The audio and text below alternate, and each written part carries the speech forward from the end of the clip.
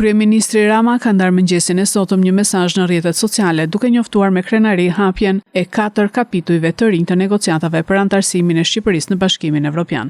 Me këtë zhvillim, numri total i kapitujve të hapur nga Shqipëria shkon në 28, një arritje konsiderueshme në një periudhë relativisht të shkurtër. Kryeministri Rama dhe Komisionerja Evropiane për zgjerimin Marta Kos mbajtën një konferencë për shtyp në Bruksel. Sot, celëm një tjetër grup kapitull, që në fakt përbëjnë 5 grup kapitull në 11 muaj, dhe me sa di unë, ky është një rekord.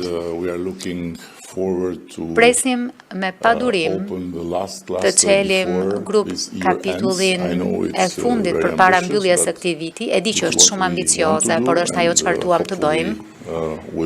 Dhe me shpresë do ta bëjmë së bashku. Dhe siç e thatë, ashtu siç e theksoi edhe Marta, kjo nuk ka të bëjë vetëm me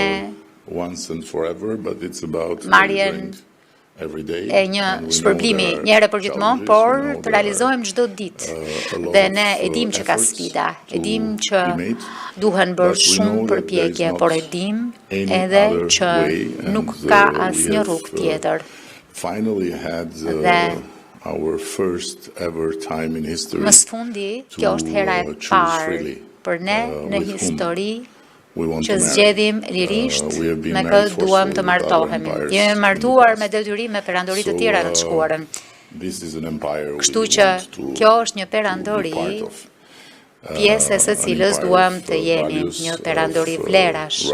Marta Kos u shpreh se shpejtësia e Shqipërisë është mbreslënëse. Ajo i tha kryeministrit Rama që të vazhdojë me këtë ritëm. Shpejtësia e Shqipërisë është mbreslënëse. Kjo na çon në 5 grup kapituj të hapur dhe 28 të çelur. E di që presidenca daneze dhe vendet anëtare janë të përkushtuara për progres.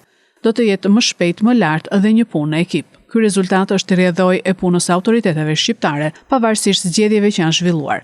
Vendi juaj i dashur kryeministër tregon se mund të bëhet edhe BE e shpërblen këtë ndryshim pozitiv. Vazhdoni me këtë ritëm. Është e rëndësishme të nisim të mbyllim kapitujt sa më shpejt që të jetë e mundur.